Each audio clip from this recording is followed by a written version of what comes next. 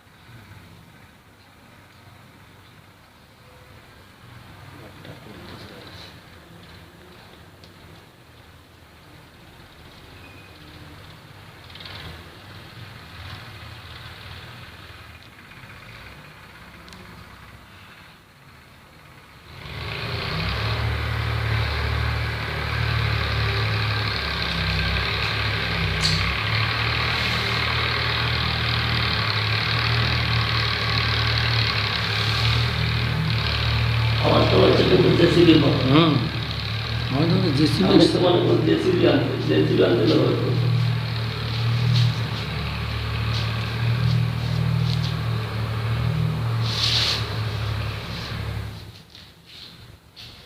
এই লোকটা কিছু কাবাবে বলে আর সে আমার মাথাটা খারাপ করে দেয়, সব উৎপাদন জুটেছে আমার। এই লোকটা কাজ করবে, কত উৎসাহ, কত ভালো কথা, এই বিষয়ে সময় সময় নাই, কিছু নাই। এখন রাত্রিবেলায় নিয়ে আসছে পেঙ্গা। এই তো মাথা খারাপ করা লোক তো, একটা সময় আছে তো।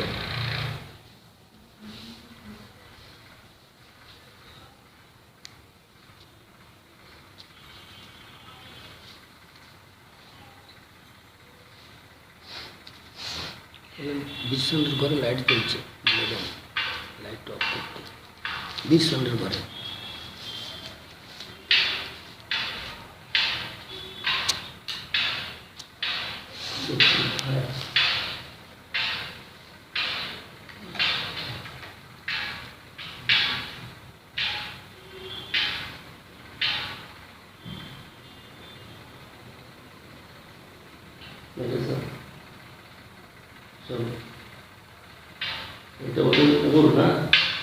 হ্যাঁ হ্যাঁ, কিন্তু ওর ভিতরে আবার ই আছে, পাড়া সহ করছে, দুটো পাড়া সহ। ওইখানে লেখা আছে দেখেন, দুটো পাড়া সহ, মানে পাড়ার লোকও যোগদান করছে। এর জন্য ওই সব কীর্তন টীর্তন লিখতে হয়েছে, সেটা দেখলাম আমি পড়ে। নামটাও ঠিক করে লেখেন, দেখেছি ওটা।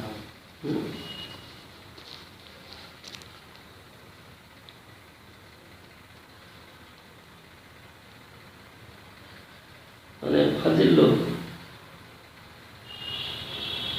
নামটাতে লিখলো, কে লিখালো এরকম করে? এটা কে লিখালো? তুমি যাবোই না, এটা কে লিখালো লোকের নাম? একটা লোকের নাম লিখতে গেলে তো দেখে শুনে নামটা লিখতে হবে। ফাজিল লোকগুলো সব বুঝে না, জানে না। এটা কে পাঠিয়েছে, কবে আসছে? এটা আমাদের বংশীবাবু নিয়ে এসছে তো। সব মানে কি আর বলা যায়, একেবারে মানে মাথাটাই খারাপ হয়ে গেছে। সব লোক এই তো শিষ্য আর এই তো গুরু, বুঝলে? এই হলো গুরু, এই হলো শিষ্য।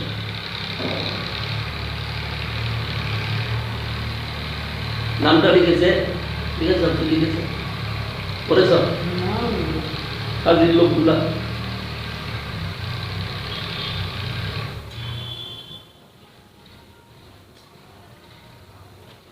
ও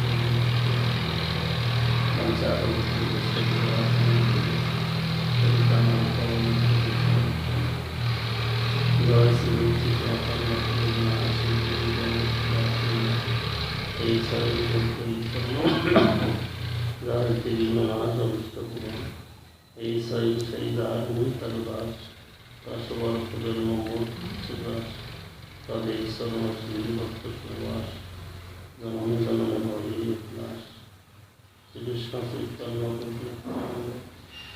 শ্রী অদ্বৈত গদাধর শিবাচার্য শ্রী ভক্তগুরু হরে কৃষ্ণ কৃষ্ণ কৃষ্ণ হরে রাম হরে রাম রাম রাম পরমার্থ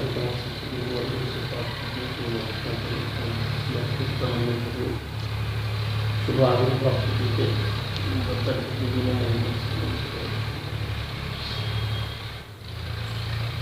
বলেন তাহলে কি বলছে কিন্তু ওখানে একটা কোলার মোচা পড়েছে সবে কি হয়েছে? কোথায় ও না আছে তোর কাছে সেটা কেটে নিয়ে আসো না কাটিনি এখন ওটা আমি বলি হয়তো ভাঙিয়ে নিয়ে রেখে দেবে তারপর তাহলে রেখে দেবে কোলাঘাট যদি পাগল লোকগুলা পুরো যদি কতগুলো মাটি কোথায় দেবে এই বোতলে কোলাগদি মাটি ছেলে দেবে কোলাঘাট ভেঙে কি কোলাঘাট ভেঙে বলতে কোলাগদি মাটি ছেলে দেবে খালি যেগুলো হচ্ছে কাটা দরকার আর কেটে দেবে উৎপাদ কি কথার অর্থ হলো যে কলাটায় কলা হবে গাছে কলা হয়েছে সেটাকে কেটে নিয়ে আসো সামনে ওটা গেটের সামনে আছে ওটা না কালি ও বাঁধবে ওই গাছটা বাঁধবে পরে কাটবে আর যদি একটু যদি ইয়ে করে না কেটে নেবে মাটি এখান থেকে কেটে নিয়ে পাশে দেবে আচ্ছা তাহলে সব গাছ কেটে দেবে এতটা মাটি কি আর ওখানে ধরবে ধরতে পারে। সেই জন্য আমি বলছিলাম তোমাকে যেটা মাটি আছে বালি বাদে সে বালিগুলো এই পাশে দাও জমিনে দাও ওরা সব কিছু টেনে আনতে বালি মাটি সব সামনে টেনে আনে এই জন্য আমি জিজ্ঞেস করতে যাবো যে কোলাঘাট কেটে দেবে কলাকে তো সব নষ্ট করতে হবে কলাকে থাকবে কেন উৎপাদ লোকের চিন্তা মানে আমার লোকটার উৎসাহ হয়তো কিছু পয়সা পাবে কাজ করবে তো ভালো কথা কিন্তু সময় কমাই চাইতে একটা এই সময় কেউ আসে নাকি রাত্রিবেলা নিয়ে আসে। দেখার লোক দরকার আছে বা ওখানে রাত্রিবেলা রাত্রি রাত্রি হতো কি বলুন না জেসিবি হতো তাহলে কাজ করতো ট্রাক্টর দিয়ে কাজ করতো রাত্রিবেলা সব একেবারে অসন্তোষ দর্শন দিতে চায় না কিচ্ছু করার উপায় নেই ভাগ্যটা এরকম লোকটা কাজ করবে করিয়ে দেবে ভালো কথা কিন্তু এইভাবে করলে তো মহা বিপদ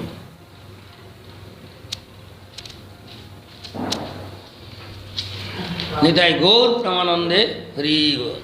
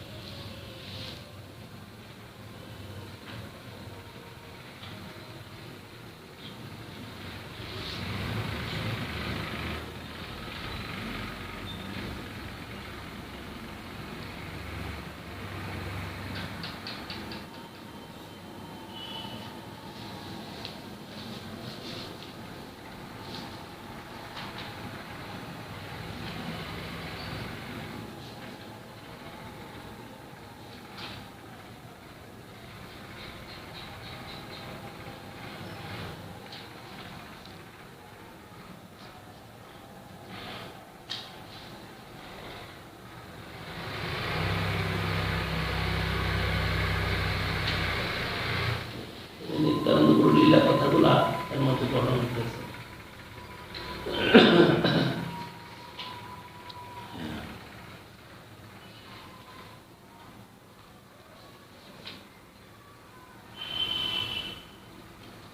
নিত্যানন্দের যত লীলা আছে সে লীলাগুলা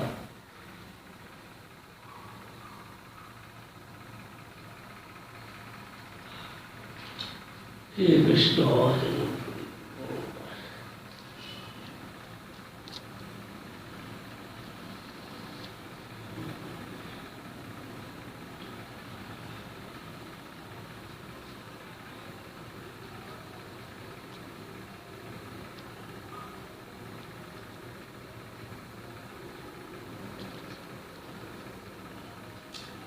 শ্রী নিত্যানন্দ প্রভু শ্রী চৈতন্য লীলার ব্যাস ছিল বৃন্দাবন দাস ঠাকুর নিজ প্রভু শ্রী চৈতন্য শ্রী নিত্যানন্দকে বহু নামে অভিহিত করেছেন।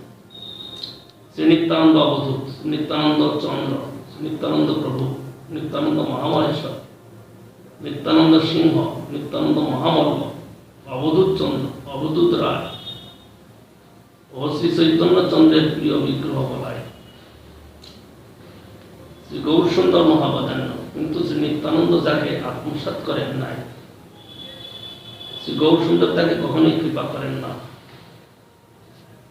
শ্রী বৃন্দাবন দাস ঠাকুর বলেছেন, সংসারের পার হয়ে ভক্তির সাগরে যে ডুবিবে সে বোঝুক নিতাই চাঁদে।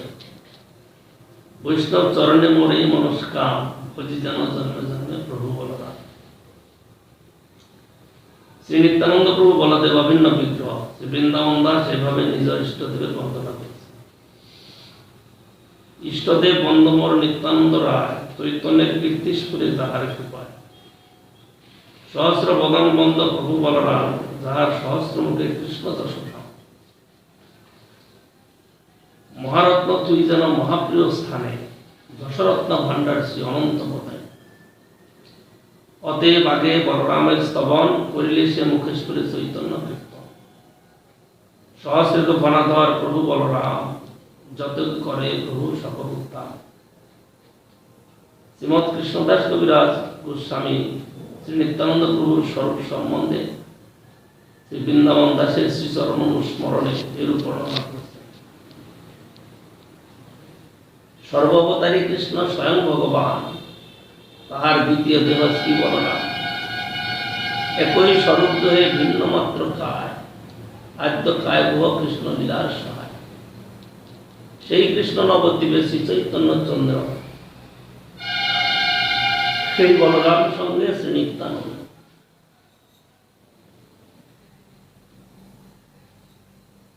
শ্রী নিত্যানন্দ প্রভুর আবির্ভাব সম্বন্ধে শ্রী বৃন্দাবন দাস ঠাকুর এরূপ বর্ণনা করেছেন।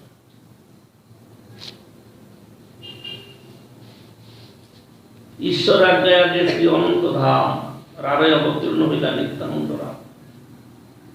মাঘ মাসে শুক্লা ত্রয়োদশী শুভ দিনে, পদ্মাবতী গর্ভে একসাথে নাম গ্রামে।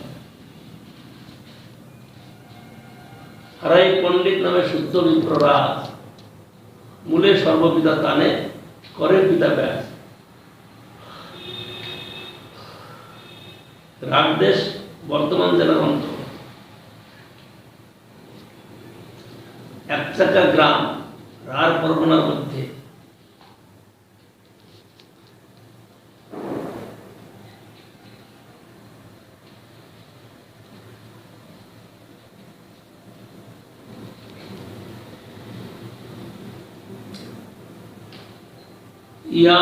ইয়ার লুপ লাইনে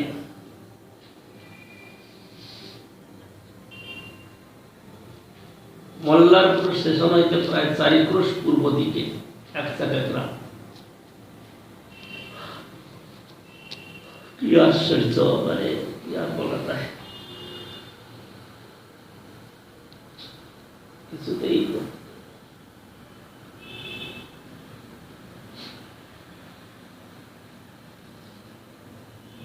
বর্তমান ওই গ্রামের নাম শ্রী নিত্যানন্দ প্রভুর পুত্র শ্রী বীরচন্দ্রের নামে, বীরচন্দ্রপুর নামে প্রসিদ্ধ হয়েছে। এই চলছে নাকি, পাম চলছে নাকি? একটু পরে বন্ধ করবো, আধা ঘন্টা হয়েছে। শ্রী নিত্যানন্দ প্রভু একসাথে গ্রামে অবতীর্ণ হন। পিতার নাম শ্রী হারাই পণ্ডিত বা শ্রী হারো হুজুর। ইনি মৈথিল ব্রাহ্মণ ছিলেন।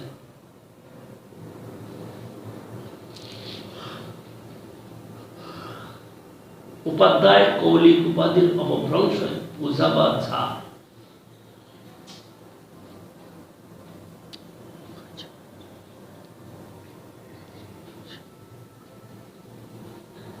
মাতার নাম শ্রী পদ্মাবতী দেবী। ব্রাহ্মণ দম্পতি নিত্য ভগবত আরাধনা ও বৈষ্ণব সেবার ফলে আদি বৈষ্ণব ধাম শ্রী অনন্ত স্বয়ং পুত্র অবতীর্ণ হন। শ্রী নিত্যানন্দ প্রভুর আবির্ভাব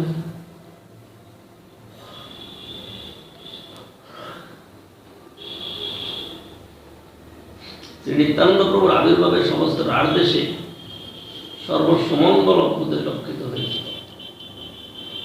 দাপর যুগে যেমন শ্রী বলদেব শ্রীকৃষ্ণের অগ্রজ রূপে অবতীর্ণ হয়েছিলেন, তেমনি কলিযুগে শ্রী নিত্যানন্দ শ্রী গৌর সুন্দরের বড় ভ্রাতা রূপে অবতীর্ণ হয়েছিলেন।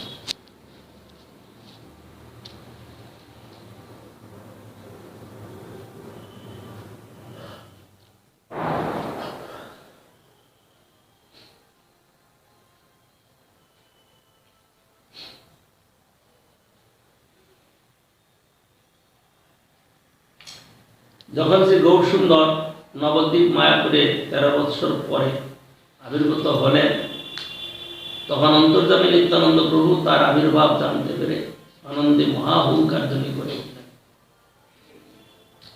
ওই হুঙ্কার ধ্বনি শুনে দেশবাসী জনসাধারণ নানা প্রকার মত প্রকাশ করেছিলেন। কেউ বললেন বজ্রপাত হয়েছে, কেউ বললেন রাত দেশে মৌরুষের নামক যে শিব আছেন তিনি হুঙ্কার করে উঠেছেন, কেউ বললেন ভগবান গর্জন করেছেন। এরূপ অনেক লোক অনেক রূপ কথা বলতেন। শ্রী বৃন্দাবন দাস তার ইষ্টদেব শ্রী নিত্যানন্দ প্রভুর জন্মলীলা, শৈশব লীলা, পৌগণ্ড লীলা, কৈশোর লীলা ও যৌবন লীলা আদি দিব্যাতি দিব্য লোকাতীত অলৌকিক স্বরূপ বর্ণনা করেছে।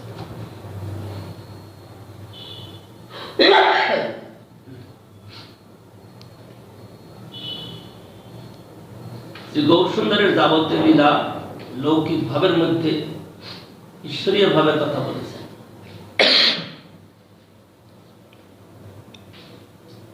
এইরূপে দুই প্রভু লীলা মাধুর্য পীড়িত ভাষার কি আশ্চর্য, একের পর এক। কোথায় যে শরীরের কি প্রবলেম, কি কম আছে কি বেশি আছে কিচ্ছু বোঝা যায় না। নাকে জল, চোখে জল বলে যাচ্ছে। শ্রী নিত্যানন্দের শৈশব লীলা অলৌকিক দিব্য ভাবাবেশে শ্রী রামচন্দ্রের ও শ্রীকৃষ্ণচন্দ্রের মধুর বাল্য লীলা অভিনয়ের কথা বর্ণন করছে।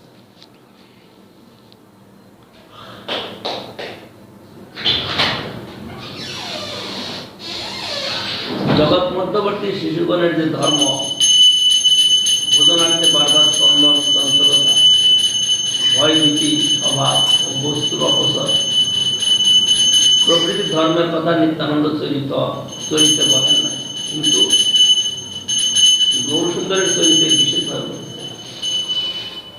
শ্রী বৃন্দাবন দাস নিত্যানন্দের অলৌকিক শৈশব লীলা এরূপ বর্ণন করেছেন।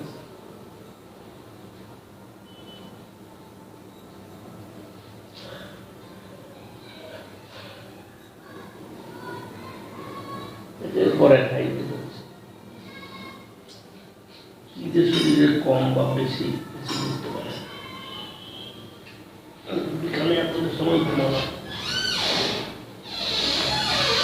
শরীরের ঘুমের কোনো আবেশ কিছু নাই।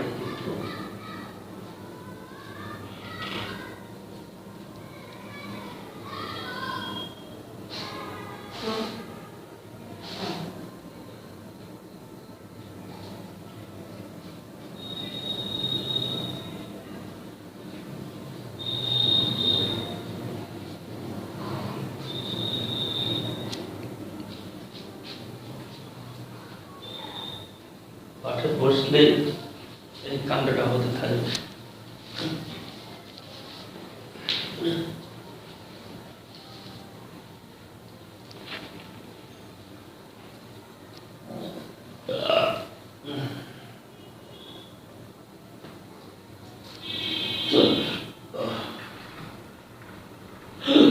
শিশুগণ সঙ্গে প্রভু যত ক্রিয়া করে, শ্রীকৃষ্ণের কার্য বিনা আর নাই করে।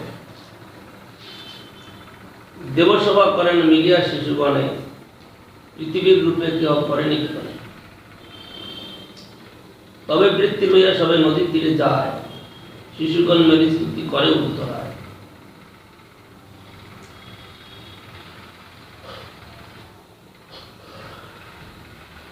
কোন শিশু লুকাইয়া উদ্ধ করি বলে, জন্মিবান গিয়া আমি মথুরা গতিকে।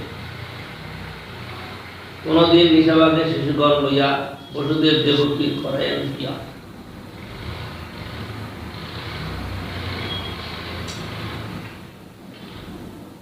বন্দিঘর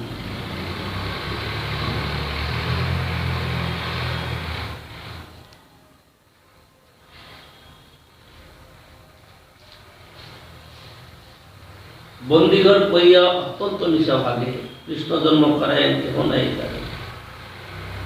গোকুল শ্রীজিয়া তথি আনেন কৃষ্ণেরে, মহামায়া দিলা লইয়া ভান্ডিলা কংসেরে। কোন শিশু সাজায়েন পুতনার রূপে, কেহ স্তন পান করে উঠি, কেহ স্তন পান করে উঠি তার মুখে। আবার রামলীলা অভিনয় করেছেন। কোনদিন নিত্যানন্দ সেতু বন্ধ করে সব শিশু বন্ধ। এই গানটা যখন আক্রমণ করছে যারা, পাম্প বন্ধ করে দেবো, হ্যাঁ পাম্প বন্ধ করে দেবো নাকি? পাম্প বন্ধ করার কথা বলছে না, আরো কেউ এরকম চালাচ্ছে। তার জন্য যখন বেশি কারেন্ট দেয় তখন লাইট একটু কমে থাকে, যখন এটা বন্ধ করে দেয় লাইটটা বর্তমানে চলবে বেশি, এরকম হয়। ওই মহারাজের ঘরে লাইট কিন্তু অন করে যায়নি তো, ওই জন্য এরকম প্রবলেম হতে পারে। ওটা দেখতে হবে সুইচটা। বাইরেতে, হ্যাঁ বাইরেতে আছে তো নাকি, না ভিতরে? ভিতরে। আপনার কাছেই তো চাবি দিয়ে গেছে। কোনদিন নিত্যানন্দ সেতু বন্ধ করে, বানরের রূপ সব শিশুগণ ধরে। ভিরেন্ডার গাছ কাটি ফেলায়েন জলে, শিশুগণ মিলিত হয় রঘুনাথ। শ্রীলক্ষ্মণ রূপ প্রভু ধরিয়া আপনে, ধনুধরি কোপে চলে সুগ্রীবের স্থানে। আরে বানরা মোর প্রভু দুঃখ পায়, প্রাণনা লইব যদি তবে ঝাঁটায়। মাল্যবান পর্বতে মোর প্রভু, মাল্যবান পর্বতে মোর প্রভু পায় দুঃখ, নারীগণ হইয়া বেটা তুমি করো সুখ। কোনদিন ক্রুদ্ধ হইয়া পরশুরামেরে, মোর দোষ নাই বিপ্র পরামর্শ করে। লক্ষ্মণের ভাবে প্রভু হয় সেই রূপ, বুঝিতে না পারে শিশু মানুষ। ইন্দ্রজিৎ বদলীলা কোনদিন করে, কোনদিন আপনে লক্ষ্মণ ভাবে হারে। বিভীষণ করিয়া আনেন রাম স্থানে, লঙ্কেশ্বর অভিষেক করেন তাহারে। কোন শিশু বলে মুই আয়ু রাবণ, শক্তিশের হানি এই সম্বর লক্ষ্মণ। এত বলি পদ্মপুষ্প মারিল ফেলিয়া, লক্ষ্মণের ভাবে ধরিলা ধরিয়া। তিনি নিত্যানন্দ প্রভু এভাবে যখন মুছা গেলেন, তখন সঙ্গে শিশুগণ তাকে জাগানোর চেষ্টা করতেন, কিন্তু যেন তিনি প্রাণশূন্য ভাবে পড়ে রইলেন। তা দেখে শিশুগণ এবার ভীত হয়ে শীঘ্র তথায় ছুটে গেলেন। দেখলেন সত্য সত্যি যেন প্রাণশূন্য।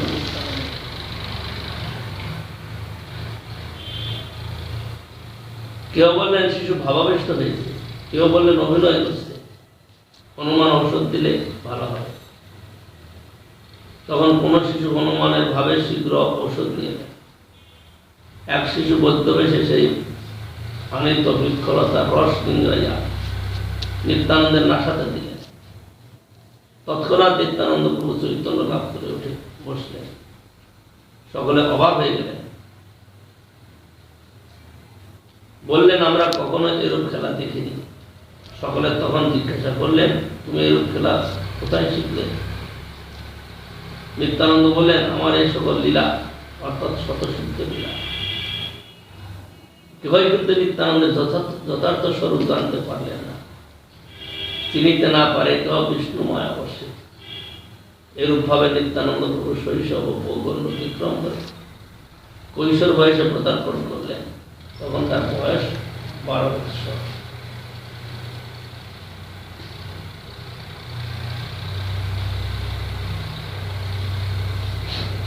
শ্রী নিত্যানন্দ শ্রী হারাই ও পদ্মাবতীর একমাত্র নয়নমণীয় প্রাণ ছিলেন।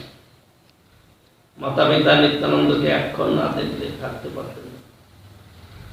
হারাই পণ্ডিত সর্ববিধ কার্যের মধ্যে থাকলেও প্রাণটি নিত্যানন্দের প্রতি করে থাকতেন।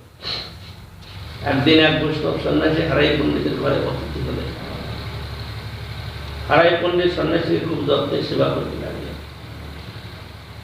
রাত্রিকালেও সন্ন্যাসী হারাই পণ্ডিতের ঘরে অবস্থান করলেন। নিত্যানন্দ প্রভু সন্ন্যাসীকে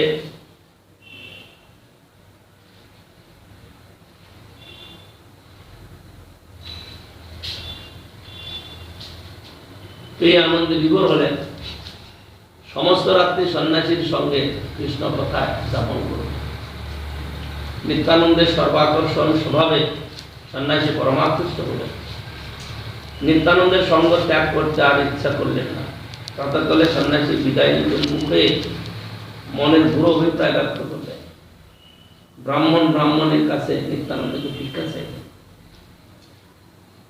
ব্রাহ্মণী সন্ন্যাসীর কথা শুনে ইনাম রেখে বজ্রপাতের ন্যায় যেন মূর্ছাপ্রাপ্ত হলেন। কি নিদারুণ কথা! একমাত্র প্রাণস্বরূপ প্রভু নিত্যানন্দকে ভিক্ষা দিতে হবে। পরিশেষে ব্রাহ্মণী ধৈর্য ধারণ পূর্বক বিচার করলেন, পূর্বকালে মহারাজ দশরথ যেমন বিশ্বামিত্রের হাতে রাম লক্ষ্মণকে ভিক্ষা দিয়েছিলেন, সেইরূপ আজ এই সন্ন্যাসীর হাতে শ্রী নিত্যানন্দকে সমর্পণ করব, নতুবা আমাদের পরম ধর্ম হবে। ব্রাহ্মণী স্পন্দন করতে করতে নিত্যানন্দকে অর্পণ করলেন। অতীব অনুনয়ের সঙ্গে বললেন, আমাদের একমাত্র প্রাণটিকে আপনাকে দিলাম, আপনি সর্বতভাবে একে রক্ষণাবেক্ষণ করবেন। সন্ন্যাসীর সঙ্গে শ্রী নিত্যানন্দ তীর্থ ভ্রমণে চললেন। শ্রী চৈতন্য ভাগবতে আদি খণ্ডের নবম অধ্যায়ে নিত্যানন্দের তীর্থ ভ্রমণ কথাটি বিস্তৃতভাবে আছে। পশ্চিম ভারতে ভ্রমণকালে নিত্যানন্দ প্রভুর সঙ্গে অকস্মাৎ শ্রী মাধবেন্দ্র পুরীর সাক্ষাৎকার। উভয়ের দর্শনে উভয়ের হৃদয়ের প্রেম সমুদ্র যেন উভয়ের অপূর্ব প্রেমাবেশ দর্শনে ঈশ্বরপুরী প্রকৃতি শিষ্যগণ দুঃখিত হলেন। শ্রী নিত্যানন্দ প্রভুকে পেয়েছিলেন। মাধবেন্দ্র পুরী আনন্দে এরূপ করেছিলেন, প্রেম না দেখিল কোথা, সেই মোর সর্বদিত হেন প্রেম যথা, জানিল কৃষ্ণের কৃপা আছে মোর প্রতি, নিত্যানন্দ হেন বন্ধু পাইল সংহতি। দেশের স্থানে যদি নিত্যানন্দ সঙ্গ হয়, সেই স্থান সর্বতীর্থ বৈকুণ্ঠাধীন হয়। নিত্যানন্দ হেন ভক্ত শুনিলে শ্রবণে, অবশ্য পাইবে কৃষ্ণচন্দ্র সেই জন। কিছুদিন নিত্যানন্দ প্রভু শ্রী মাধবেন্দ্র পুরীর সঙ্গে পরম সুখে কৃষ্ণালাপনে অতিবাহিত করলেন। অনন্তর শ্রী নিত্যানন্দ প্রভু সেতুবন্ধনে তীর্থ দর্শনে চললেন। ক্রমে তিনি ধনুতীর্থ, বিজয়নগর, অবন্তী দেশ ও গোদাবরী প্রভৃতি দর্শন করে পুরী ধামে এলেন। শ্রী জগন্নাথ দর্শনে অতীব প্রেমাবিষ্ট হয়ে নৃত্য গীতাদি করলেন। কয়েক দিবস কথায় অবস্থানের পর তিনি গঙ্গাসাগর তীর্থে আগমন করলেন। এখান থেকে শ্রী ব্রজমণ্ডলে আগমন করলেন। শ্রী ব্রজধামে আগমনে শ্রী নিত্যানন্দের অপূর্ব প্রেম অবস্থা প্রাপ্ত হলেন।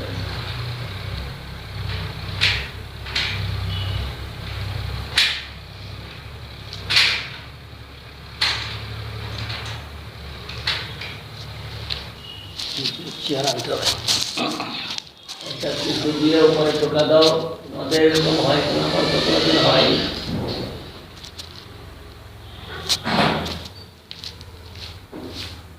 নিরবধি বৃন্দাবনে করেন বসতি, কৃষ্ণের আবেশে না জানেন দিবারাত্রি। আহার খাইত কদাচিৎ দুগ্ধ পান, সেও যদি অদাচিৎ কেহ করে তা। যখন বৃন্দাবনে শ্রী নিত্যানন্দ এরূপ ভাবাবেশে অবস্থান করছিলেন, তখন এদিকে শ্রী গৌরসুন্দর বিদ্যা বিলাসাদি সমাপ্ত করে গয়াধনে পিতৃকর্পণ সমাপন অনন্তর বন্ধ করে দিয়েছেন, কেউ বন্ধ করে।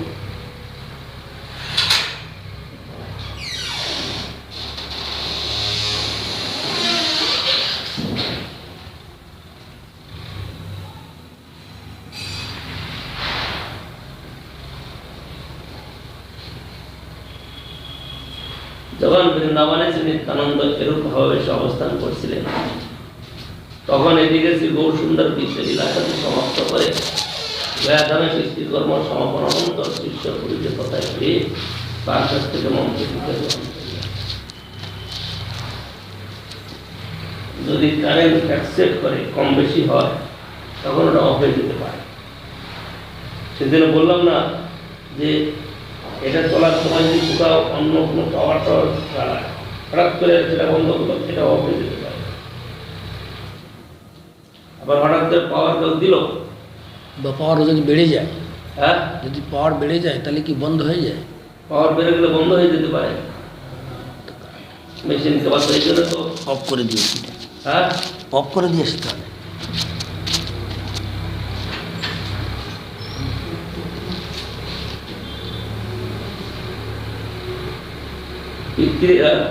গায়াতমে পিতৃকর্ম সমাপন অনন্তর শ্রী ঈশ্বরগুলিকে তথায় পেয়ে তার কাছ থেকে মন্ত্র দিতে গ্রহণ করলেন। এবার ভাগবত ধর্ম প্রচারের জন্য ও জীবগুলোর উদ্ধারের জন্য তিনি আত্মপ্রকাশ করলেন। নিরন্তর ভক্তগণের সঙ্গে প্রেম রসাস্বাদন করতে লাগলেন। শ্রীবাস পণ্ডিতের ভবন হল তার সংক্ষিপ্ত সদন। তিনি ভক্তগণ সঙ্গে প্রেম রসাস্বাদন করছেন, কিন্তু সাধারণ অন্য কোনো জীবকে দিচ্ছেন না, যেন কারো প্রতীক্ষায় তিনি আছেন। কে জানে তার সেই পুরোহিতরা নিত্যানন্দ হবেন প্রেমধন বিতরণের প্রধান সহায়ক, তাই যেন কৌশিকর তার প্রতীক্ষা করছেন। এদিকে বৃন্দাবনে শ্রী নিত্যানন্দ প্রভু কৃষ্ণ প্রভাবেশে কৃষ্ণ অনুসন্ধান করছেন। সব মন্দিরে সিংহাসন যেন শূন্য, কৃষ্ণ নাই। কোথায় কৃষ্ণ, কোথায় কৃষ্ণ বলে সর্বত্র অনুসন্ধান করতে করতে যেন শেষে দৈববাণী শুনলেন তিনি এখন নদীয়াতে অবতীর্ণ হয়েছেন এবং সংকীর্তন বিলাস করছেন। তুমি কোথায় যাও? এ কথা শুনে নিত্যানন্দ চললেন ভগবানের থেকে। কোনোদিন অযাচিত ভাবে কোথায় একটু দুগ্ধ পান নয়তো প্রবাস, এভাবে শীঘ্রই উদ্দেশ্যে নবদ্বীপ আগমন করলেন। নবদ্বীপে মায়াপুরে শ্রী নন্দনাচার্য নামক এক পরম মহাভাগবত বাস করতেন গঙ্গাধর। অকস্মাৎ শ্রী নিত্যানন্দ তার গৃহ উপস্থিত হলেন। শ্রী নন্দনাচার্য আজানুলম্বিত সেই পুরুষ রতনকে দর্শন করে ভক্তি করে দণ্ডবন্নতি পূর্বক পূজাদি করলেন এবং ভিক্ষা করিয়ে বিয়েতে রাখলেন। এদিক অন্তর্যামী শ্রী গৌর সুন্দরও তা জানতে পেরে অন্তরে শীঘ্রই তার সঙ্গে মিলিত হওয়ার জন্য ইচ্ছা প্রকাশ করলেন এবং সত্তর প্রাতে শিবাজঙ্গনে আগমন করলেন। ক্রমে ভক্তগণ আগমন করতে লাগলেন। সকলেই প্রভুর চারিদিকে উপবেশন করলেন। এমন সময় মহাপ্রভু ভঙ্গিপূর্বক করতে লাগলেন, আমি আজ শেষ রাত্রে এক সুস্বপ্ন দেখেছি। শেষ রজনীর স্বপ্ন প্রায় মিথ্যা হয় না। সে কথা শুনে ভক্তগণ অপূর্ব স্বপ্ন কথা শুনতে শুরু করলেন। তখন মহাপ্রভু বলতে লাগলেন, এক তালধ্বজ রথ যেন আমার গৃহদ্বারে উপনীত হল। সেই রথের মধ্যে এক বিশালকায় মহাপুরুষ, তার স্কন্ধে ফাল ও মুসল আছে। তিনি নীল বসন পরিহিত, তার বাম হাতে বেত্র নির্মিত কমণ্ডল। তিনি পুনঃ জিজ্ঞাসা করলেন, এইবারে কি নিমাই পণ্ডিতের? আমি তার পরিচয় জিজ্ঞাসা করলে তিনি বললেন, আমি তোমার ভাই। আগামীকাল পরস্পর পরিচয় হবে। তার কথা শুনে আমার বড়ই আনন্দ হলো। স্বপ্ন ভেঙে গেল, নিশা শেষ হল। এ কথা বলতে বলতে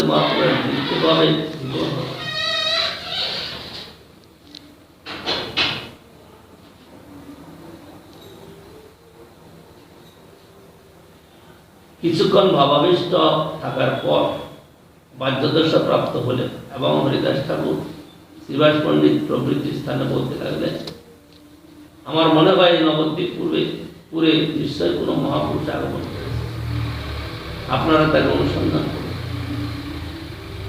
প্রভুর এই আজ্ঞা পেয়ে ভক্তগণ স্বপ্নদৃষ্ট পুরুষের সন্ধানে বের হলেন এবং চতুর্দিকে সন্ধান করতে লাগলেন।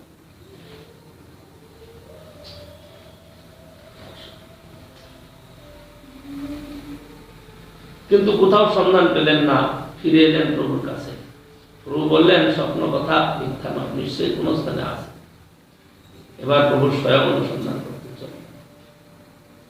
ভক্তগণ পশ্চাৎ পশ্চাৎ চললেন। মহাপ্রভু সোজাসুজি ঠিক শ্রী নন্দনাথের গৃহ উপস্থিত হলেন। দেখলেন শ্রী নন্দনাথের গৃহ বারান্দায় দিব্যাসনে এক মহাপুরুষ যেন আবিষ্ট কারণ প্রবিষ্ট আছে। সকলে অবাক। মহাপ্রভু বহুকাল পরে প্রাণের প্রিয়তম জনকে দর্শন করে কিছুক্ষণ অপলক নয়নে দাঁড়িয়ে রইলেন। শ্রী নিত্যানন্দ প্রভু প্রাণের দেবতাকে দীর্ঘদিন পর দেখে পলক শূন্যভাবে দেখতে লাগলেন। কি আশ্চর্য মিলন! নয়নে নয়নে যেন দুহে দুহার রূপ পানে বিভ। এমন সময় শ্রীবাস পণ্ডিত ভাগবতের একটি শ্লোক শ্রীকৃষ্ণের রূপ বর্ণন শ্লোক সুস্বরে গান তার শুনে শ্রী নিত্যানন্দ প্রেমে হুঙ্কার পূর্বক ধরাতলে গড়াগড়ি দিতে লাগলেন। তার নয়ন জলে ভূতল সিক্ত হতে লাগলো। সেই প্রেম দর্শনে শ্রী গৌর সুন্দর আর স্থির থাকতে পারলেন না। তিনিও কৃষ্ণ কৃষ্ণ বলে প্রেমাশ্রু পাঠ করতে করতে নিত্যানন্দকে জড়িয়ে ধরলেন এবং কোলে তুলে নিলেন।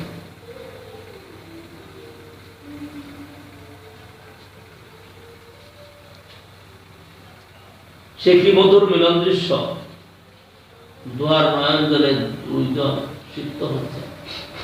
ভক্তগণ তৎকালে ঘন ঘন হরিধ্বনি করতে লাগলেন। আজ শ্রী গৌর নিত্যানন্দের বিজয়। তৎপর মহাপ্রভু শ্রী নিত্যানন্দকে নিয়ে ভক্তগণ সঙ্গে মহানন্দে শ্রীবাস অঙ্গনে আগমন করলেন এবং কিছুক্ষণ নৃত্য কীর্তন করবার পর মহাপ্রভু নির্দেশ দিলেন শ্রী নিত্যানন্দ শ্রীবাস স্থানে অবস্থান করবেন। শ্রীবাস পণ্ডিত প্রভুর আজ্ঞায় নিত্যানন্দকে সাক্ষাৎ ঈশ্বর জানে সেবা করতে লাগলেন। শ্রীবাসের মালিনী দেবীকে নিত্যানন্দ প্রভু জননী গায়ে ভাবতেন। মালিনী দেবী নিত্যানন্দ প্রভুকে পুত্র প্রায় সেবা করতেন। একদিন এক অপূর্ব ঘটনা হয়। মালিনী দেবী ভগবত দর্শনের বাসন সময় মার্জনা করতেন। এমন সময় এক কাক উড়ে এসে ঠাকুরের ঘৃত বাটিটি নিয়ে গেল। মালিনী দেবী হাই হাই করে উঠলেন এবং অন্তরে দুঃখ প্রকাশ করলেন। এই দুঃখ শ্রবণে নিত্যানন্দ প্রভু তৎক্ষণাৎ কোথায় উপস্থিত হলেন এবং সমস্ত কারণ অবগত হলেন। তখন মালিনী দেবীকে বললেন, মা তুমি দুঃখ করো না, আমি একটা ওই পাঠিয়ে এনে দেব। এই কথা বলে তিনি কাককে আহ্বান করে বললেন, হে কাক, তুই শীঘ্র করে ঠাকুরের ঘৃতপাত্রটি এনে দে।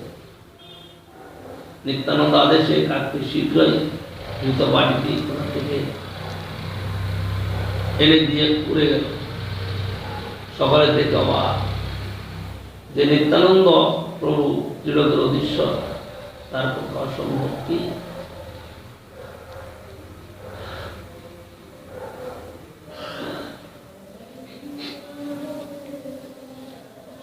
একদিন শ্রী গৌর সুন্দর শ্রী নিত্যানন্দ প্রভুকে জিজ্ঞাসা করলেন, হে শ্রীপাদ,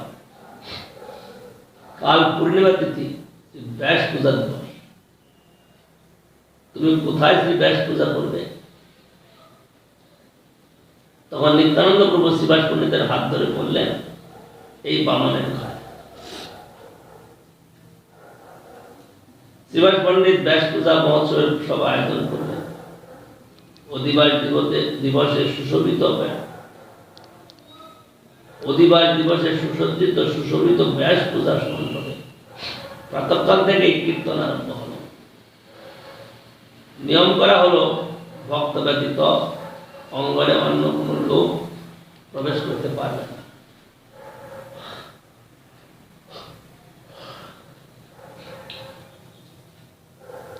আরম্ভ হল গৌর নিত্যানন্দ দুই ভাইয়ের মহানৃত্য সংকীর্তন। আজ গোলকের হয়ে গোলকে নেমেছে যুগধর্ম নাম সংকীর্তন এবং স্বীয় ভক্তিরস মাধুর্যের আস্বাদন জন্য।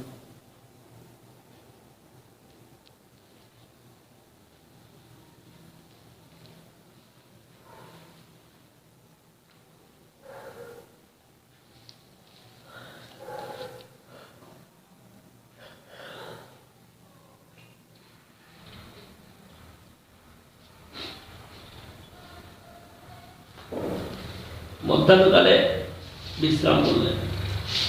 কোনো সন্ধ্যাকালতে মহাসংকীর্তন আরম্ভ হল। প্রায় মধ্যরাত্র পর্যন্ত নিত্য সংকীর্তন চলল। ভক্তগণ নিজ নিজ ভবনে চলে গেলেন। মহাপ্রভু নিজ ভবনে এলেন। নিত্যানন্দ প্রভু শিবাসাগরে আসেন।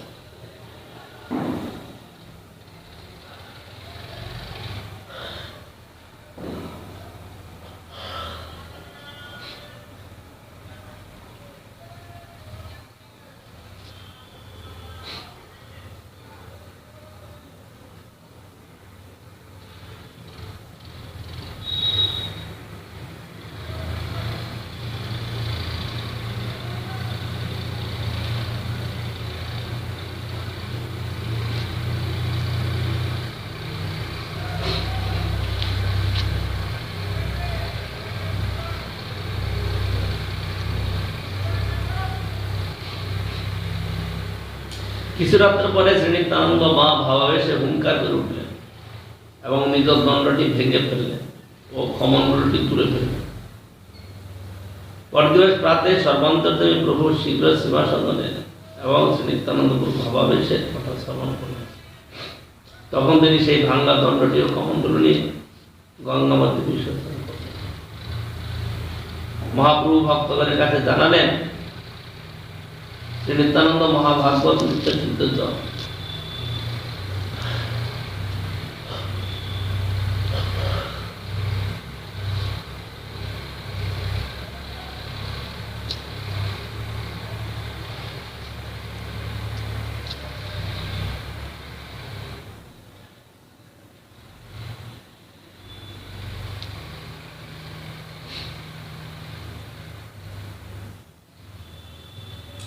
মহাপ্রভু ভক্তগণের কাছে জানালেন, নিত্যানন্দ মহাভাগবত নিত্য সিদ্ধ জন, তার পক্ষে ত্রিগুণাত্মক বেদের নির্মিত বর্ণাশ্রম চিহ্ন আদি রক্ষা করবার কোনো প্রয়োজন নেই। নিত্যানন্দের সঙ্গে মহাপ্রভু গঙ্গা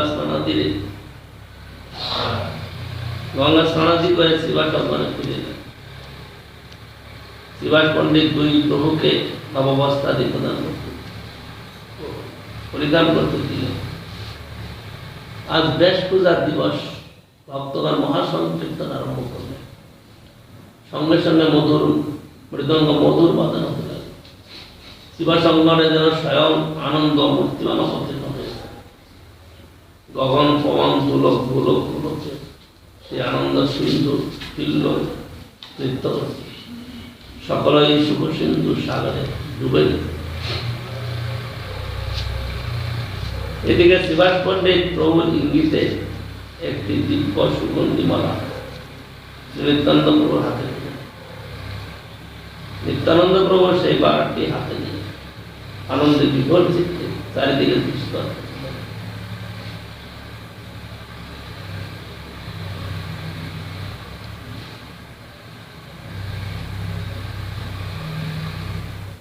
তারপর মহাপ্রভু বললেন, শ্রীপাদ মালাটি ব্যাসের কণ্ঠে দিয়ে ব্যাস পূজা সুসম্পন্ন করে। প্রভুর কথা শুনেছি নিত্যানন্দ প্রভু হাস্য করতে করতে মালাটি শ্রী গৌর সুন্দরের কণ্ঠে পড়ে দিলেন। তখন চতুর্দিকে ভক্তগণ মহাহরিধ্বনি করে উঠলেন।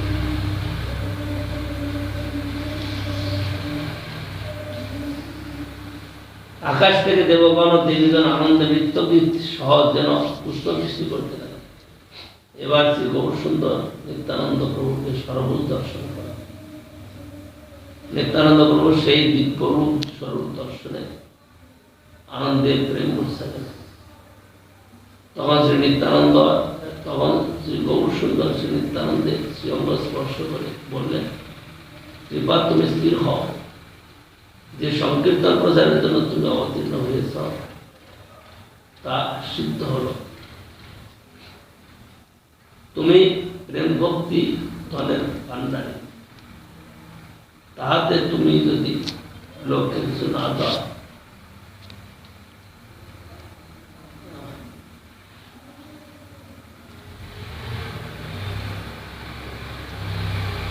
তাহাতে তুমি যে লোককে কিছু দাও তবেই তারা প্রেম লাভ করতে পারে। নিত্যানন্দ প্রভু যাহা বাধ্যদোষ লাভ করত প্রেমে ক্রন্দন করতে লাগলেন। তোমার মহাপ্রভু সকলকে বললেন, আজ ব্যাস পূজা পূর্ণ হল, তোমরা সকলে হরিধ্বনি করো। একথা বলে দুই ভাই নৃত্য করতে লাগলেন, চারিদিকে ভক্তগণ কীর্তন করতে লাগলেন। মালিনী দেবীর সঙ্গে শ্রী সতী মাতা নিবৃত্তে বসে এই সকল লীলা দর্শন করতে লাগলেন। সংকীর্তনতে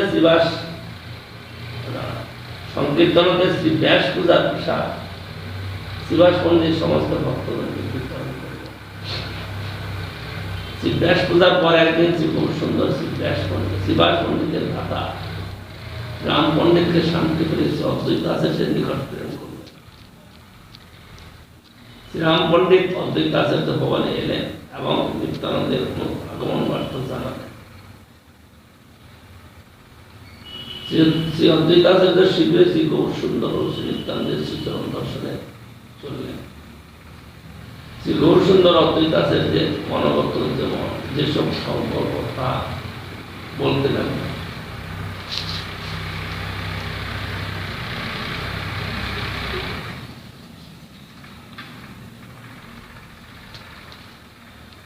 তশ্রবণে আনন্দে শ্রী গৌর পাদ পদ্ম যুগল মহার্চন করলেন। অনন্তর মহাপ্রভু ভগবত মন্দিরে প্রবেশ পূর্বক বিষ্ণু ঘটে উপচার করলেন। শ্রী নিত্যানন্দ প্রভু শিরে শব্দ দান করলেন এবং অদ্বৈত গুরুকে পাঠ করতে লাগলেন। গদাধর পণ্ডিত সকল প্রধান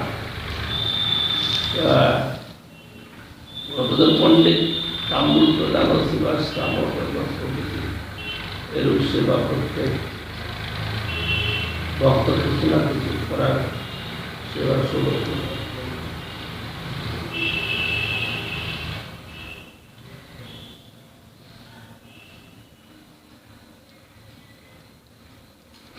একদিন মহাপ্রভু শ্রীবাস পণ্ডিতকে নিত্যানন্দ সম্বন্ধে জিজ্ঞাসা করলেন। শ্রীবাস পণ্ডিত বললেন, শ্রী নিত্যানন্দ তোমার এই তোমাদের উভয়ের মধ্যে কোনো ভেদ আমি দেখি না, বরং তোমাকে জানতে হলে নিতাই জিজ্ঞাসা। শ্রী গৌর সুন্দর শ্রীবাসের মুখে একথা শুনে আনন্দে বললেন, শ্রীবাস, নিত্যানন্দের প্রতি তোমার দৃঢ় বিশ্বাস, আমি তোমাকে বরদান করছি, তোমার গৃহে কোনোদিন অন্ন বস্ত্রের অভাব হবে না, তোমার গৃহের সকলেই আমার প্রিয় হবে। আর একদিন শ্রী সতী মাতা এক অপূর্ব স্বপ্ন দর্শন গৌর নিতাই সাক্ষাৎ ব্রতের কানাই বলে। নিতাই সতী মাতাকে মা বলে আহ্বান করছে। সতী মাতা রন্ধন করে নিতাইকে ভোজন করাচ্ছে।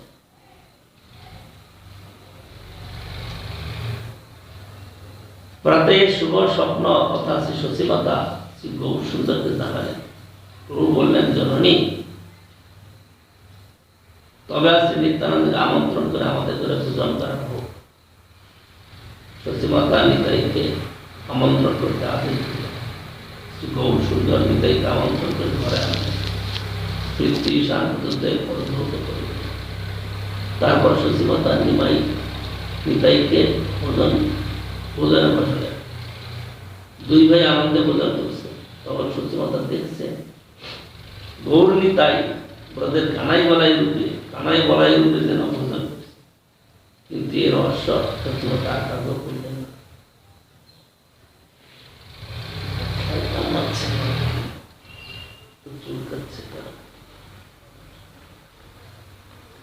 অন্যদিবার মহাপ্রভু শ্রীবাস অঙ্গনে ভক্তগণ সমবেত নিত্যানন্দ তত্ত্ব বলতে লাগলেন। শ্রী নিত্যানন্দ আমার প্রকাশ বিগ্রহ স্বরূপ, আমার হইতে কিছুমাত্র ভেদে নাই। আমি নিত্যানন্দ দ্বারা বিশ্বের ভক্তি দান করব। এ বলে মহাপ্রভু সহস্তে নিত্যানন্দের সঙ্গে কন্তলে ও কণ্ঠে মালা প্রদানাদিপূর্বক পুঁজি করতে লাগলেন। পরিশেষে এক খণ্ড কৌপিন শিরে নিয়ে উহা খণ্ড খণ্ড পূর্বক ভক্তগণের হস্তে প্রদান করলেন এবং মস্তকে বন্ধন করতে আদেশ করলেন। তখনই ভক্তগণ আনন্দে হরিধ্বনি করতে করতে মস্তকে বন্ধন করলেন।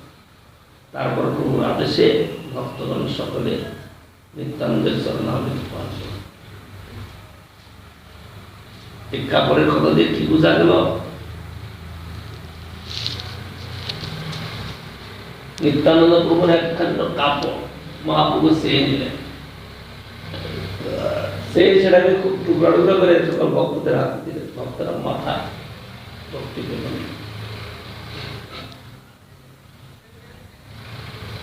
এর দ্বারা কি বোঝা গেল? তাদের আশীর্বাদ।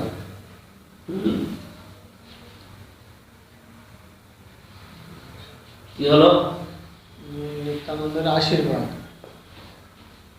নিত্যানন্দের আশীর্বাদ স্বরূপ বস্ত্র। তাহলে শুধু কি নিত্যানন্দের বস্ত্র এরূপ আশীর্বাদ স্বরূপ? প্রেম ভক্তি, কি প্রেম ভক্তি যাতে এক প্রশ্ন আর এক উত্তর।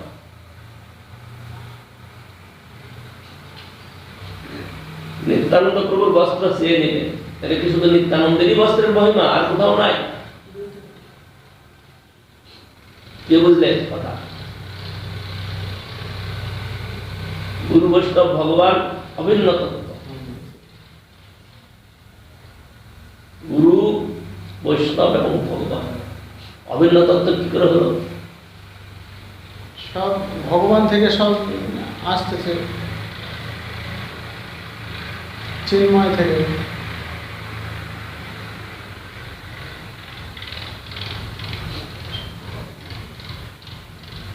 তিন এক তত্ত্ব কেন?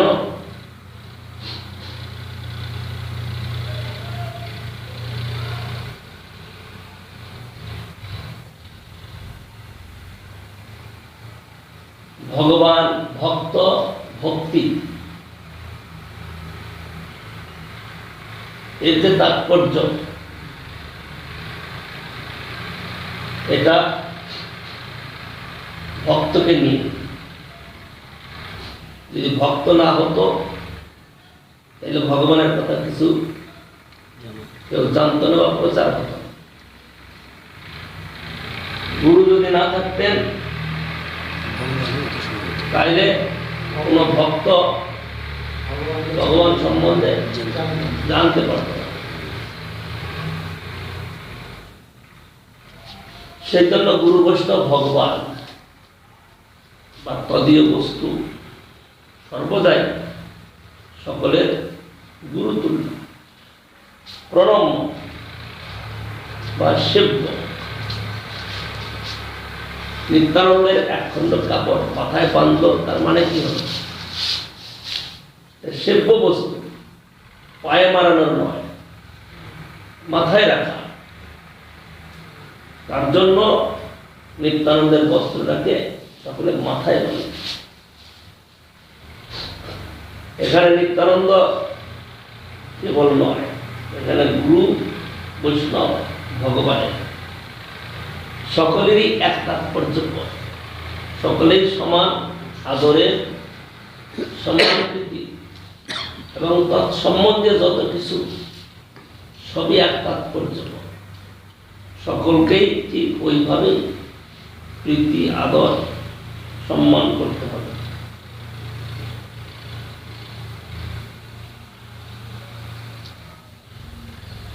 কোন ভক্তের কাপড় বা কোনো কিছু জুতা চপ্পল পরে আছে, পা দিয়ে মারিয়ে লাথি মেরে চলে গেলাম, এটি কি তাদের সম্মান করা হলো?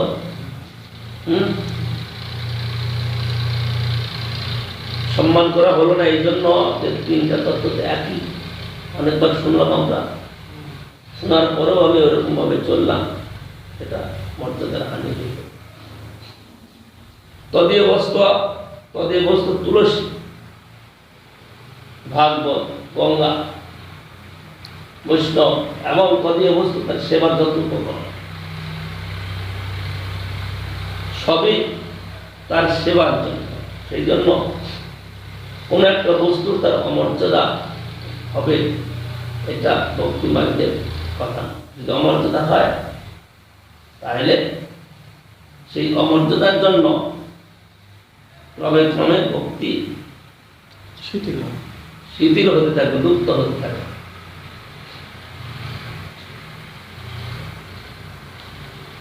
বৈষ্ণব আচার যেটা আছে তার সম্বন্ধে দৃঢ় নিষ্ঠার দরকার।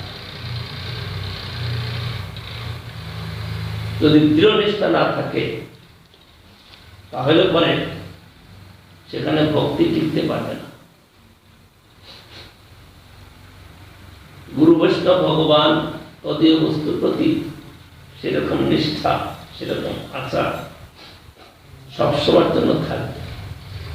যদি একবারের জন্য কিছু ত্রুটি হয়ে গেল তাহলে পরীক্ষায় ফেল। কারণ প্রতি মুহূর্ত আমাদের কাছে পরীক্ষা আসবে, পরীক্ষা দিতে হবে। বৈষ্ণব ধর্মটা, বৈষ্ণব জ্ঞানটা, বৈষ্ণব শিক্ষাটা ঠিক এরকম। প্রতি মুহূর্তে আমাদের কাছে নতুন নতুন জ্ঞান, নতুন নতুন শিক্ষা, নতুন নতুন পরীক্ষা আসবে। সেটাকে পাশ করার জন্য আমাদের সবসময় তৈরি থাকতে হবে।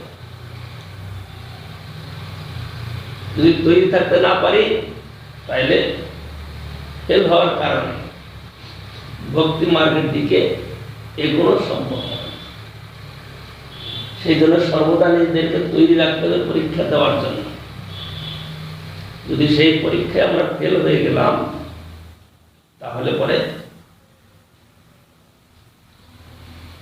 পাশ কি করে হবে? ভক্তি মার্গের যে কথা, ভক্তি মার্গের যে উন্নতির কথা, সেটা স্তব্ধ হয়ে যাবে।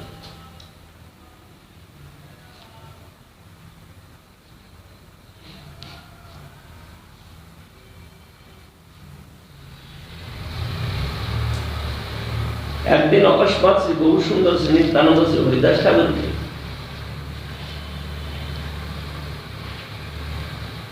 আহ্বান পূর্বক বলতে লাগলেন, হে নিত্যানন্দ, হে হরিদাস,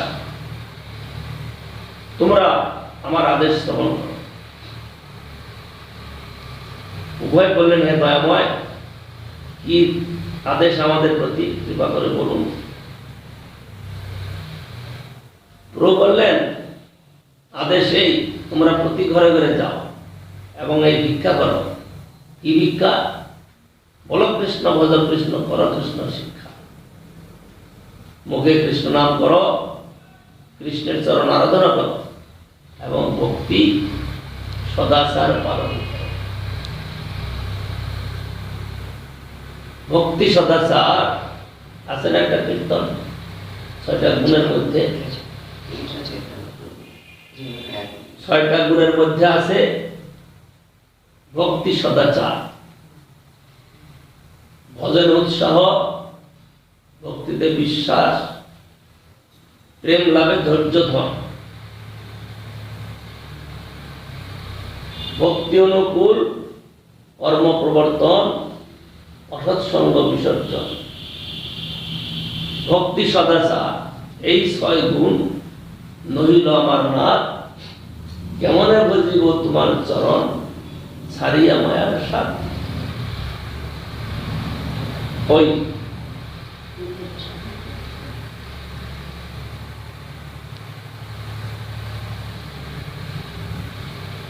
কি বলে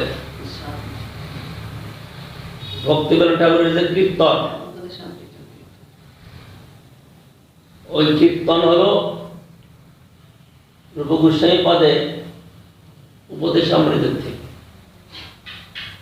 এখানে 6টা বেদ, 6টা দোষ, 6টা গুণ এবং 6টা কি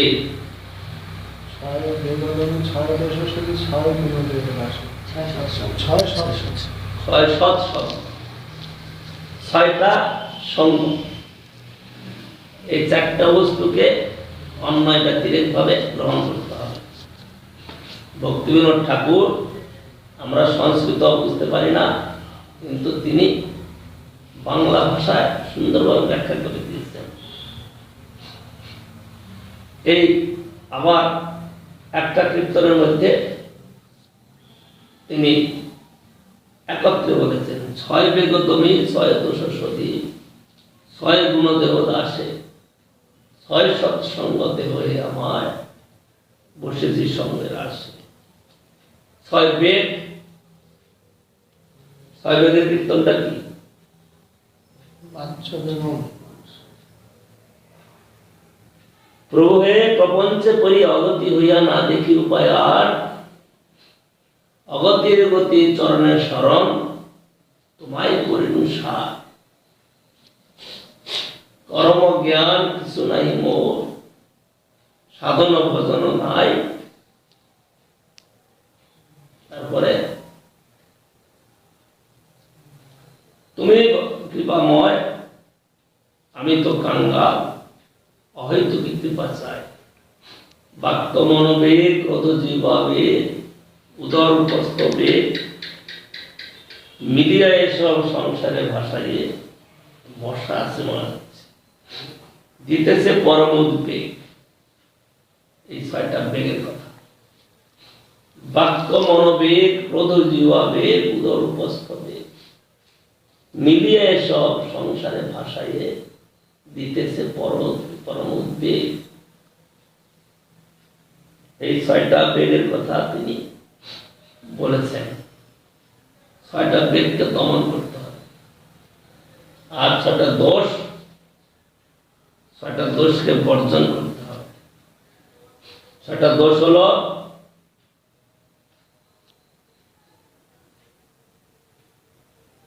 মনোবেগ, ছয়টা দোষ হলো তোমার ক্রোধবেগ, মনোবেগ, ক্রোধবেগ, উপস্থবেগ। তারা আমাকে মনে করতে দাও। অর্থের সঞ্চয়ে, বিষয় প্রয়াসে, আন কথা প্রজল্পনে, আন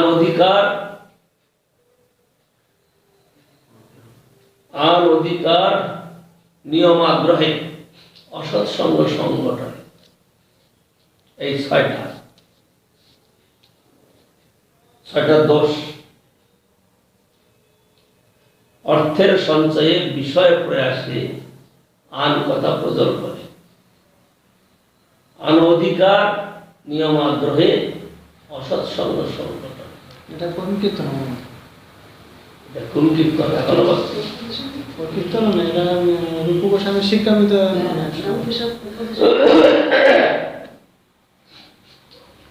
গোস্বামীবাদের শিক্ষামৃত, এই কীর্তন নাই, আছে। তুমি কোনোদিন পড়োই নাই, তুমি কোনোদিন কীর্তন করোই নাই। কোন কীর্তন আমাদের বুঝতে পারছি? ওইটাই তো কীর্তন। প্রথম ওইটা বলি। তবে কি প্রথমত লাইনটা এইটাই, অর্থের সঞ্চয়, বিষয়ে প্রয়াসে, আন কথা প্রজল্পনে। এটাই তো প্রথম লাইনটা। আর অধিকার নিয়ম আগ্রহে, অসৎসঙ্গ সংগঠন।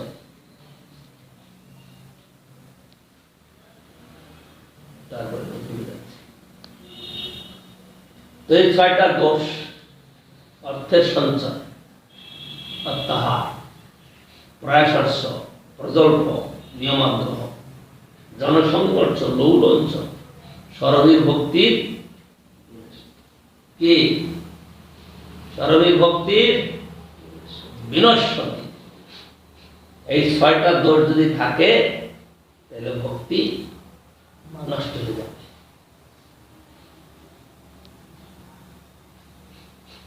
আর ছয়টা বেদ থাকলে সেখানে ভক্তি দাঁড়াতে পারবে না। ভক্তি অনেক করলেও সেখানে ভক্তি দাঁড়াবে না। এই ছয়টা বেদ দমন করতে হবে। আজকে ছয়টা দোষকে ছেড়ে দিতে হবে। ছয় বেগ তুমি, ছয় দোষ শোধি। ছয়টা দোষকে ছেড়ে দিতে হবে, শোধন করে নিতে হবে। তারপরে হলো ছয়টা গুণ। ভজনের উৎসাহ, ভক্তিতে বিশ্বাস, প্রেম লাভে ধৈর্য ধন, ভক্তি অনুকূল কর্ম প্রবর্তন, অসৎসঙ্গ বিসর্জন। ভক্তি সদাচার, এই 6 গুণ নহিল আমার নাথ, কেমনে ভজিব তোমার চরণ, সারিয়া মায়ার সাথ। এই ভক্তি সদাচারের কথা এখানে বলছেন। কি বলছেন? মুখে কৃষ্ণ নাম করো, কৃষ্ণের চরণ আরাধনা করো ও ভক্তি সদাচার পালন করো। যদি ভক্তি সদাচার পালনের একটু ত্রুটি হয়, তাহলে সেখানে ভক্তি দাঁড়াতে পারে না। ভক্তি সদাচার কি? ভক্তি সদাচার মানে যার দ্বারা ভক্তি বৃদ্ধি প্রাপ্ত হয়, যে কর্ম, যে ব্যবহার, যে বাক্য, যে আলোচনা, যার দ্বারা ভক্তি বৃদ্ধি প্রাপ্ত হয়, সেটা হলো ভক্তি সদাচার। সদাচার এবং শিষ্টাচার। শিষ্টাচার বলতে কি বোঝায়? শিষ্টাচার বলতে বোঝায় ব্যবহার, বৈষ্ণব ব্যবহার, তাকে বলে শিষ্টাচার। জগতেও শিষ্টাচার শব্দটা আছে।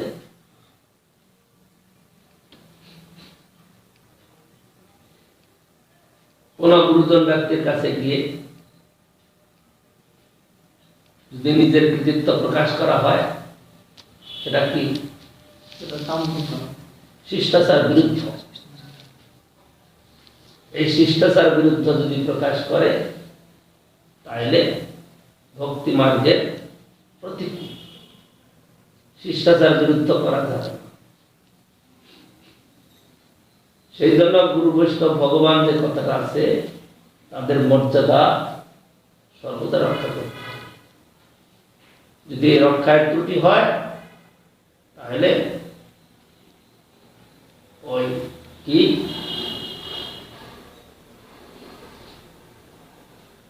ছয় দোষের মধ্যে পড়ে গিয়ে ভক্তি আর দাঁড়াতে হবে। সেই জন্য সতত সাবধান থাকতে হবে।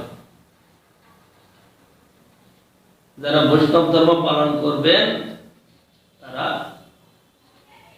সদাচার পালন করবে। সৎ ব্যক্তির যে আচার, সৎ আচার। সন্ধি পড়েছে কোনদিন? সদাচার, হ্যাঁ, সৎ সৎ ব্যক্তি আচার, সদাচার। সেই তো বলছি, সন্ধি পড়েছ, ব্যাকরণ পড়েছ, না বেতন আগে পড়েছি, এখন আর কিন্তু সেসব সুযোগ হয়নি পড়াশোনা করার। সৎ যোগ আচার, সদাচার। সিংহাসন, সিংহ চিহ্নিত আসন যদি বলা হয়, সেটা হবে সমাস। সিংহ যোগ আসন, সিংহাসন। এটা হলো সংস্কৃত ব্যাকরণে বা বাংলা ব্যাকরণে ব্যবহার হয়। আজকাল এসব উঠিয়ে দিচ্ছে। না, আমরা এখানে একটা বলি যে সর্বনাম, অব্যয়, ক্রিয়া, যে 5 পদ। সে তোমার হলো কি বললাম, আজকাল সমাজে সন্ধিটাকে উঠিয়ে দিচ্ছে। সন্ধির সহজ ভাষা, সন্ধি বিচ্ছেদ করবে না, একদম সহজ ভাষা। আমাদের ইয়েতে ছিল ওই বিদ্যাসাগরের সেই ধারাপাত বইয়ে হ্যাঁ, মাণিক্য, ঐক্য, বাক্য, মানে কক্ষ বাক্য, ওইখানে সংযুক্ত ইয়ে ছিল। হ্যাঁ, এসব কথা রয়েছে। আমি সেগুলো তুলে দিচ্ছি। কিন্তু আজকাল সেসবগুলা উঠে গেছে। আজকাল সেই মর্যাদা বোধ নাই। গুরু বৈষ্ণব ভগবানের প্রতিও মর্যাদা বোধ নাই। আজকে আমাদের এক প্রভু গিয়ে আমাকে একদম ধমকি দিয়ে কথা বলছে, মানে বেকুব কোথাকার। আবার গুরু গুরু করে,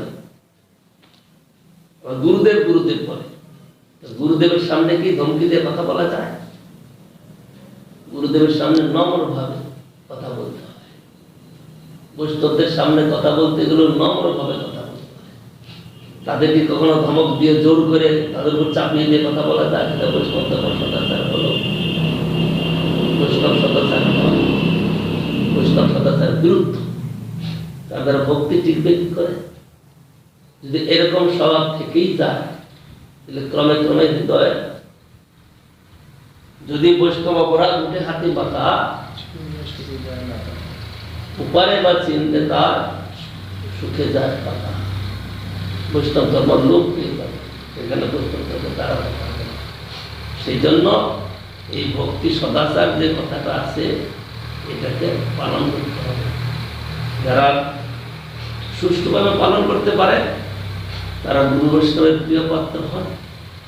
গুরু বৈষ্ণব তাদেরকে আদর করেন, স্নেহ করেন। কি দিন যে বৈষ্ণব ধর্ম ঠিক ঠিক পালন করে। শ্রবণ কীর্তন খুব করছে কিন্তু কোনো কথা বললে আর ছাড়বে না, সঙ্গে সঙ্গে ধরে চিৎকার চেঁচামেচি লাগানি গুরু হোক বা বৈষ্ণব হোক কিছু ছাড়বে না, তা চলবে না। গুরু বৈষ্ণবের মর্যাদা রক্ষা করে তাদেরও ভুল থাকে, সেখানে উচ্চ ভাষে তাদের কিছু বলা চলবে না। একটা ব্যক্তির কথা এখন বলছি, কলকাতা মঠে ছিল, কি নাম ভুলে যাচ্ছি, তুমি দেখেছ? পরে নবদ্বীপের সাথে থাকে সদানন্দপুর একজন মহিলা ভক্ত, একটা ছিল শ্যামদাসী, আরেকজন কি শ্যামাদাসী মুখ্যদা শরৎকালী, সংরক্ষণ, সে তো মনে গেছে। সকলেই চলে গেছে, কেউ নাই এখন। সেই শরৎকামিনী কাউকে ছাড়বে না, বাবা এখানটা যা করেছে অশান্তি। মানে পুরো কথা বলে কাউকে ছাড়বে না, ফটাফট কথা ধরে নিয়ে আসতো, খুব করে বলবে। আর উলঙ্গ হয়ে সব জায়গায় কোনো অবস্থা খারাপ। তার পরিণামটা কি হলো? কি অবস্থা করেছিল? যেদিন সে মারা যায় আমাকে খবর দিল 2-3 দিন আগে থেকে যে খুব অবস্থা খারাপ, সেইরকম ভাবে চলছে, আপনি একটু দেখতে পাবেন না। সে অনেকের কাছে অনেক অপরাধ করেছে। আমি সেদিন সকালে গেলাম, সকালে গিয়ে দর্শন করে আসলাম, পরে আছে এরকম ভাবে, মানে একেবারে এতটুকু হয়ে গেছে, মানে এতটুকু বুঝলে গায়ে তো মাংস হাড় গুলা নিয়ে এরকম হয়ে আছে, এতটুকু প্রাণ যাচ্ছে না। মানে আশ্রম আজকে পর্যন্ত ছাড়ে নাই, মানে কাউকে ছাড়ার পারত না, খুব চেঁচামেচি এইটুকু হয়ে গেছে, মানে শুধু হাড় গুলো মিলিয়ে এইটুকু হয়ে আছে মাত্র, দেখতে এরকম লাগছে। তো আমি তো চলে আসলাম সকালে, তারপরে নাকি আশ্রম মহারাজ ওকে একটা মালা পরিয়ে দিয়েছে।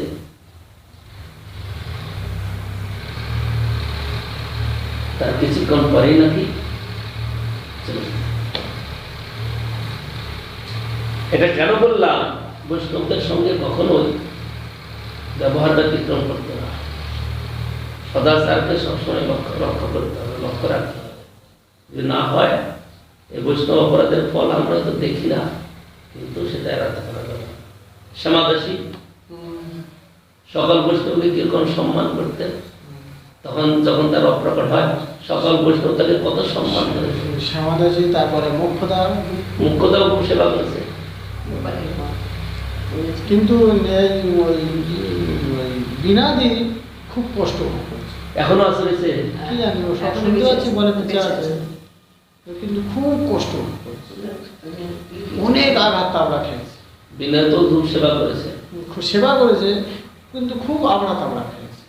কতবার পড়ে গেল, হাত পা ভেঙে গেল, কোমর মানে পুড়ে গেল, 2-3 হাত পা ভেঙে গেল, অনেক আবড়া তাবড়া খেয়েছে, খুব মানে যন্ত্রণা। এখনো আছে। আমি দেখিনি, আমি অনেকদিন যাইনি তো, বড় 8-9 বছরের মতো যাইনি।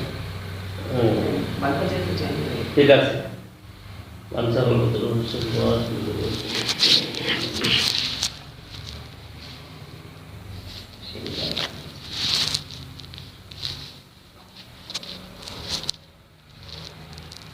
অনেক দেরি হয়ে গেল তো, আর ওখানে পাঠে বলতে পড়বে, তার ঠিক আছে, বেকার।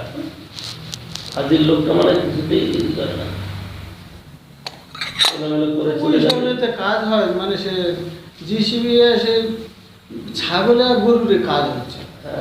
ছাগল গরুর কাজ ছাগলে করতে জেসিবি পারে। এসে কেটে কেটে সব পয়সা করে দিত, আর এগুলো করবে। আমি দেখে এলাম। আমি টাকাও দেবো না। খামখেয়ালি যখন সখন আসে এই জন্য রেগে যায় আমি। একটা সময় থাকে মানুষের, ফালতু লোক কাজটা তো একেবারে। আমি বুঝে নেব, টাকাটা দিতে হয়। কাজ করার উৎসাহ ওটাকে আমি ভালোবাসি, কিন্তু এরকম কিন্তু করলে কি হবে? অনির্দিষ্ট সময় কাজ। ফালতু লোক একেবারে। মন্ত্র করি, বাবা, হরে কৃষ্ণ কৃষ্ণ কৃষ্ণ হরে হরে, হরে রাম রাম রাম হরে হরে।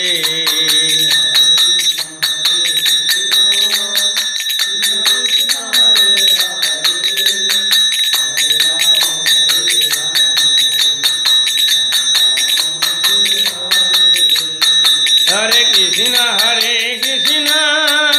কৃষ্ণ কৃষ্ণ হরে হরে, হরে রাম রাম রাম হরে হরে।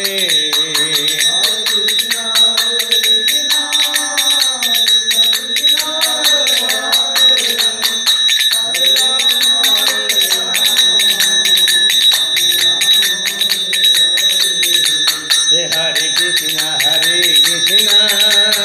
কৃষ্ণ কৃষ্ণ হরে হরে, হরে রাম রাম রাম হরে হরে।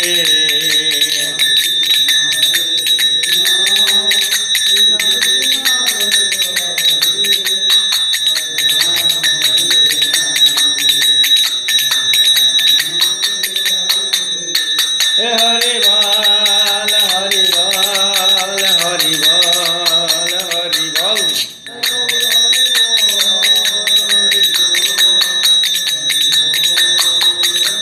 হরে টাইগর হরি বল হরি বল হরি বল হরি বল। হরি বল হরি। জয় দেন।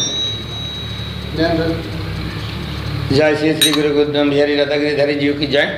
जय ओम विष्णु श्रीमद भक्ति विकार मोहन गोस्वामी गुरु महाराज की जय।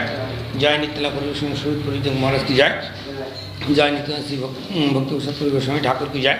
जय नित्य परम गुरु शिला भक्ति केवल गोस्वामी महाराज की जय। जय नित्य भक्ति प्रदीप तीर्थ गोस्वामी महाराज की जय। जय नित्य भक्ति सतपुर गोस्वामी ठाकुर की जय। जय नित्यला विष्णु जगत गुरु शिला भक्ति सिद्धांत सरस्वती गोस्वामी भगवत की जय। जय नित्यला विष्णु विष्णु परमहंस गौर किशोर बाबूजी महाराज की जय। जय नित्यला विष्णु शशिनंद भक्ति विनोद ठाकुर की जय। जय नित्यला विष्णु जगन्नाथ महाराज की जय। जय बलदेव विद्यासन विश्वनाथ भगवत नाथ ठाकुर कृष्णदास प्रभु की जय। जय रुष्णतन भट्ट रघुनाथ श्री गोपाल भट्ट दास रघुनाथ सर्वकृष्ण प्रभु की जय। स्वतंत्र विलासकारी गौ सुंदर की जय। प्रेम से कौ श्री कृष्ण चैतन्य प्रभु नित्यानंद श्री अद्वैत गदाधर शिव श्री गौर की जय। जय शिवंतदीप मायापुर शिवंतदीप गौतमदेव मध्यदेव गोलदेव धाम की जय। नवोद धाम की जय पुरुषोत्तम धाम की जय। जय जगन्नाथ बल्लम सुभद्रा जी की जय। जय भक्त विघ्न विनाशकारी भगवान सुदेव की जय। जय भक्तराज प्रहलाद महाराज की जय। जय श्री राधा माधव मिलित विष्णु गौरहर की जय। जय गौरगोधर की जय। सर्वदामोदर की जय। राय राम की जय। नाम सज्ज हरिदास ठाकुर की जय। चित्तूर की जय। भक्ति देवी की जय। सुरभि कुंज की जय। गंगा जी की जय। शांत की जय। भक्ति विनाथ ठाकुर भजन कुटी की जय। गोत्रम धाम की जय। श्रीमद भक्ति केवल गुरुमठ की जय। वृंदा देवी की जय। कृष्ण प्रिय तुलसी महारानी की जय। नाम हट्ट की जय। नाम प्रभु की जय। जगत गुरु शिला भक्ति सिद्धांत सरस्वती गौरी मिशन की जय। गौरव गुरु परंपरा की जय। परम गुरु शिला भक्ति समाधि मंदिर की जय। गुरु महाराज की जय। अनंत कोटि वैष्णव बिंद की जय। नित्यानंद आविर्भाव तिथि की जय। निताय गौर आनंदे हरि बोल। এই লোকটা এতদিন আসতেছে মানে সে নিজের গুরুদেবের নামটা তাও সে ঠিক মতো জানে না। লিখেছে গুরু মহারাজ বিকাশ বামন। আমি দেখে ওকে বলে দিয়েছি গুরু মহারাজ বিকাশ শ্রী বামন। গুরু মহারাজ বিকাশ শ্রী বামন।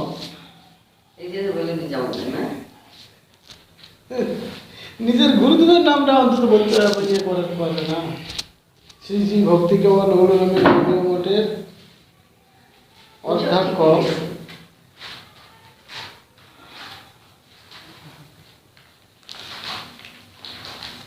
এই বাঙালির দোষ এইটা। আমাদের গ্রামের নাম হচ্ছে খোঁজখিদির, বুঝলে? সব লোক বলবে খুসখুসে, খুসখুসে। গ্রামের নাম কি বলেন? খোঁজখিদির। খোঁজ খিদি। হ্যাঁ, ক্ষয়কার বর্গনের জ ক্ষয় হসে ধসে ই। আচ্ছা, খোঁজ খিদি। খোঁজখিদির সব খুচুর খুচুর, খুচখুচুরি, এইরকম খেজুর খেজুর, এইরকম বলবে সব। কি বলবে সব? খোঁজ দেখি, খোঁজ দেখি। খোঁজখিদির। খিদিটা কি? খিদি মানে কি? খিদির মানে একটা দ্বীপ। আচ্ছা, এইবার আপনাকে বাংলা তর্জমা করতে রায়দিঘি। হ্যাঁ। রায়দিঘি হ্যাঁ একটা দিঘি, বিশাল বড় দিঘি, হ্যাঁ, সে তো খোঁজ। দত্তের পুকুর। আমি খিদির খিদির করছেন কেন? খোঁজ দেখি, খোঁজখিদির। খিদি।